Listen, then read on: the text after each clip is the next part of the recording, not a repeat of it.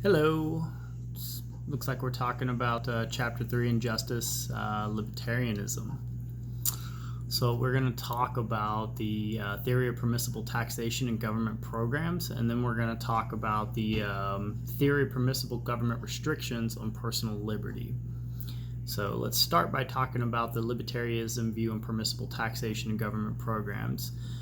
It basically alludes to the fact that libertarians believe that taxation is a form of theft, and it's a form of theft because of the fact that if I go to work every day and I work for this money and I'm paid this money and then I automatically have to give a percentage of it to the government, then in their view that means that I don't technically own myself because a part of what I do has to go to them.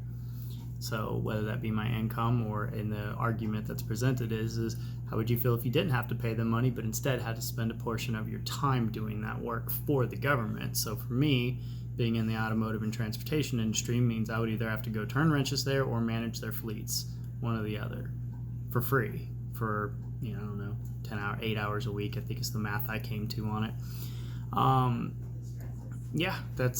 That seems to be, their viewship on it and whatnot. As far as government programs are concerned, we have to look at it from a perspective of, they're looking at it like, well, I don't drive on these roads. Why should I have to pay to build them? I don't have kids who go to this school. Why should I pay taxes to support them? And then you can basically apply that towards anything. Not only that, but the government willy-nilly spends our money on whatever the hell they want without asking our permission for it. Look at our military budget. Look at our black project budget that goes completely missing out of the GDP every year that nobody ever mentions. But, again, the government's the biggest mafia in this country, and you don't mess with the government because they will take you down.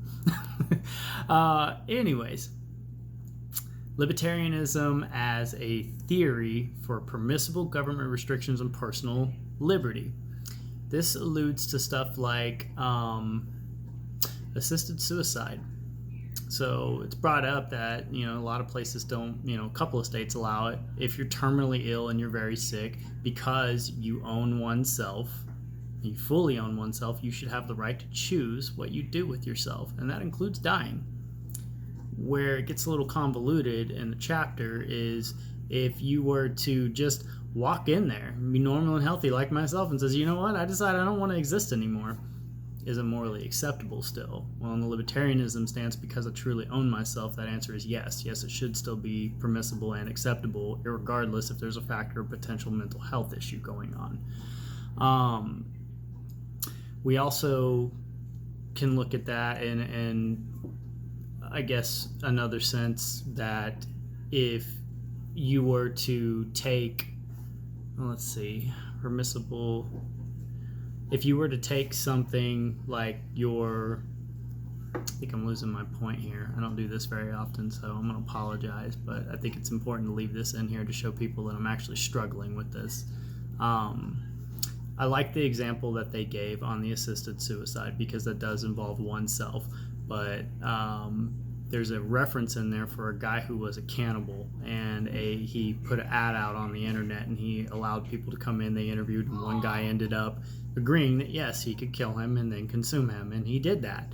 He ended up going to prison. It was a big deal in Germany, and it's kind of weird, but technically, according to libertarianism, well, that gentleman who agreed to this owned himself, and therefore he should be allowed to have given that cannibal consent to kill him and consume him.